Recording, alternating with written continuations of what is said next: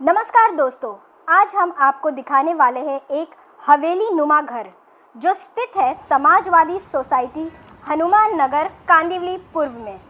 इस घर की खासियत ये है कि ये घर सभी नियमों को ताक पर रख कर बनाया गया है। अब आप सोचेंगे कि इस घर में ऐसा क्या है। इस घर में ground floor plus second floor है, यानी ग्राउंड फ्लोर, फर्स्ट फ्लोर और सेकेंड फ्लोर। कुतुब मीनार की तरह ऊंचे इस घर की ऊंचाई यानी हाइट करीब 27 से 30 फीट है, जो कि अलाउड हाइट करीब 2 गुना है। इतने ऊंचे घर को आप बिल्डिंग ही कहें। अब आप सोच रहे होंगे, ये क्या प्रशासन की नज़र इस घर पर नहीं पड़ी?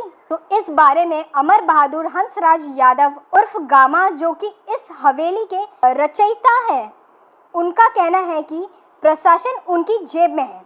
उनका ये कहना भी कुछ कुछ सही होता दिख रहा है, क्योंकि माननीय बॉम्बे हाई कोर्ट के ऑर्डर के बाद भी प्रशासन ने अब तक कोई एक्शन नहीं लिया है, जिसमें ये कहा गया है कि अगर ये स्ट्रक्चर अवैध पाया जाता है तो उस पर कार्रवाई की जाए।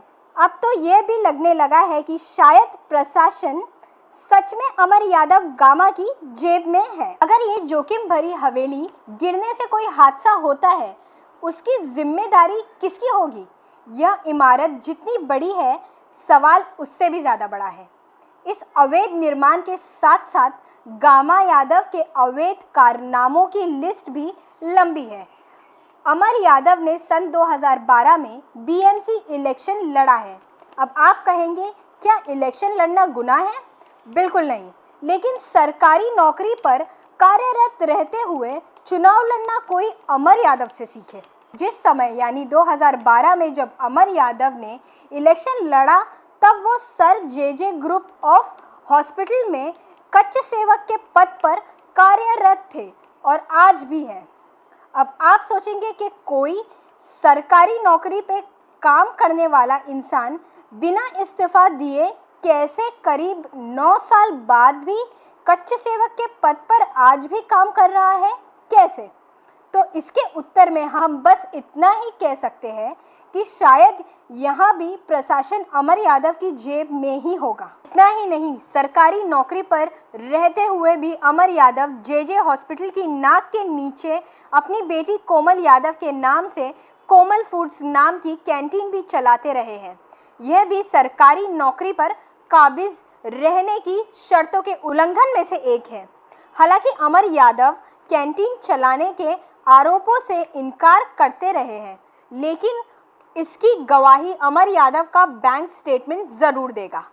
आप इस वीडियो में देख सकते हैं कि कोमल फूड्स सर्च करने पर आपको अमर यादव का मोबाइल नंबर फूड ऑर्डर करने के लिए मिल जाएगा। अमर बहादुर गामा यादव ने गलत तरीकों से मोटी कमाई की है। किसी भी सरकारी पद पर काबिज रहने के लिए इतनी शर्तों का उल्लंघन करने के बाद भी आज तक अमर यादव अपने पद पर बने हुए हैं। इस बारे में अमर यादव कहते हैं कि जेजे हॉस्पिटल में अपनी सेटिंग है। जेजे हॉस्पिटल को इन सब चीज़ों से जानकारी बार बार दी गई है। इसके बाद भी sir JJ group of hospital का कोई एक्शन ना लेना अमर यादव की बातों को सही साबित करता प्रतीत होता है। अब हम चलते हैं अमर यादव के अगले अवैध कारनामों की तरफ। जैसा कि अब तक आप जान चुके होंगे कि अगर जेजे हॉस्पिटल में अमर यादव का इतना दबदबा है, तो जिस सोसाइटी में वह रहते हैं वही उनका दबदबा होना लाजमी है। 2017 में अमर यादव ने समाजवादी में अवैध कब्जा करके नाले के ऊपर एक घर बनाया, जिसे बीएमसी ने नोटिस इशू करके ध्वस्त कर दिया। लेकिन उसके तुरंत बाद अमर यादव ने प्रशासन में अपने भाई के नाम कर दिया और आज तक अमर यादव और उनके गुंडों के डर से कोई भी उस घर की तरफ नजर उठाकर नहीं देखता। हाल ही में अमर यादव के ऊपर सेक्शन 386, 506 सेक्शन 2 के अंतर्गत एक एफआईआर भी दर्ज हुई है, जिसमें उन पर 50 लाख रुपए की खंडनी का आरोप है और ये अभी बेल पर बाहर है। ये बेल उन्हें कुछ शर्तों पर ही दी गई है, जिसमें उन्हें सोमवार और गुरुवार को पुलिस स्टेशन में हाजिरी देनी है, साथ ही एक जामीनदार भी देना है। हालांकि अमर यादव उर्फ गामा के ऊपर आईपीसी 323, 324, 34 के अंतर्गत भी एफआईआर दर्ज हो चुकी है। ये एफआईआर उन दिनों दर्ज हुई थी जब अमर यादव ने जुर्म की दुनिया में अपना कदम रखा ही था।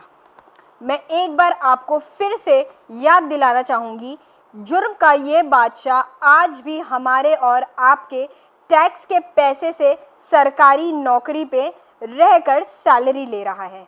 अमर यादव की इन सभी अवैध हरकतों में साथ देते हैं अमर यादव के पाले हुए कुछ गुंडे। अमर यादव और उनके साथियों पर कथित तौर पर लोगों की पर्सनल प्रॉपर्टी को नुकसान पहुंचाना, जैसे रात में घर के दरवाजे पर शराब की बोतलें फोड़ना, घर के दरवाजे जलाना, रातों में दरवाजे पर विस्फोटक चीजें फेंकना, कई आरोप लगते रहे हैं। इसके साथ ही हाल ही में अमर यादव ने कथित तौर पर लोगों को इल्लीगल वाटर कनेक्शन दिलाकर मोटी काली कमाई की है। अमर यादव के और भी अवैध कारनामों का खुलासा हम आगे भी करते रहेंगे। जय हिंद, जय महाराष्ट्र।